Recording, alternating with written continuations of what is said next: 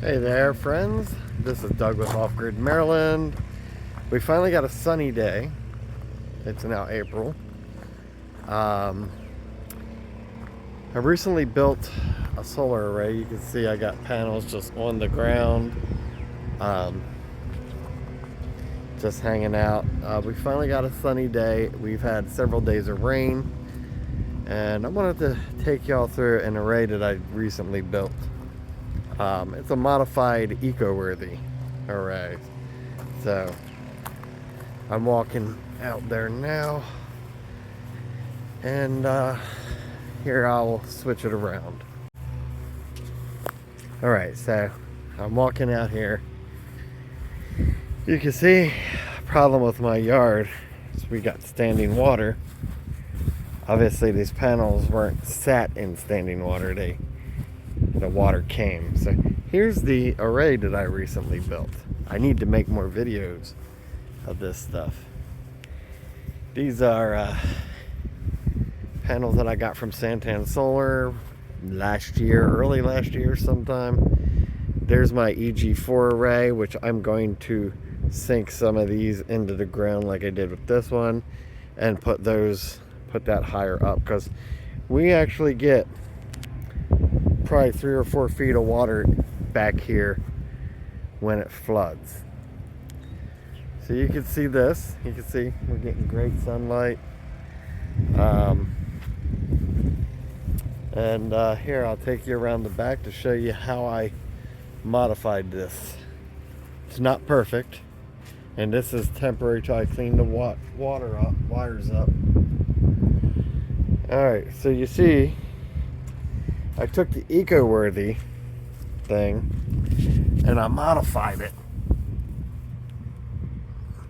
I built it across here to try to get it a good angle. I put a brace here from the pole to there. You see I just sunk that in. You can see my ground is like clay, and when you go about 3 feet down, the water starts to fill into the hole, so it's kind of hard to deal with. So the array they give you is not for these big panels, or the eco or the mounting array. It's not for these big panels, but I modified it with some heavier duty strut here. Heavier duty strut for the bottom piece there, but this is not the heavier duty strut. I was going to use this piece, but it made it too tall. I'm not a very tall person, but it would put it up at about 6 feet. You can see it's actually pretty sturdy. I'm shaking it now. I got it bolted into that. You see how I did the support for the bottom just to keep it very sturdy. Put some washers in there and put it in. Everything is temporary, and you can see got little holes opening up there, so when this dirt dries out I'm gonna do some extra work to this. You can see I got everything kind of mounted. So this array, 3 supports, some Unistrut from Home Depot, and then I put these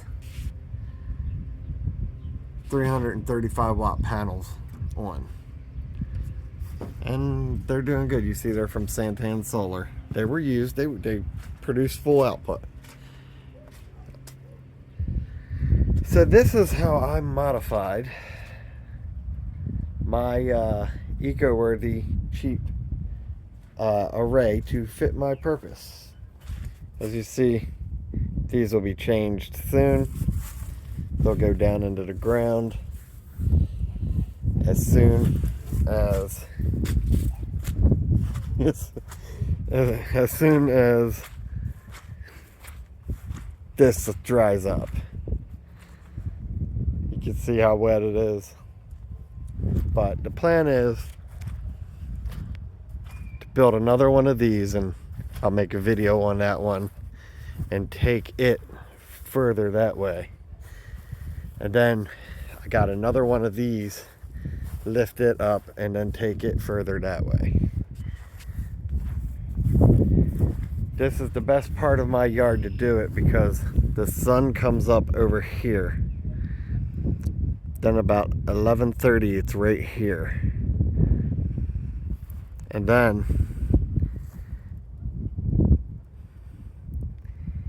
you can see it's over here now. So the sun spends most of its time over this way and then sets down that way. So yeah, getting about 1800 watts from this. The rate is 2000, but the angle's not perfect. That will get what's not. These 4 530 watt panels, I'll put those up, I'll clean them off, and I'm gonna put new connectors on, MC4 connectors on, and then hopefully put it down there on the other side of that EG4 rack.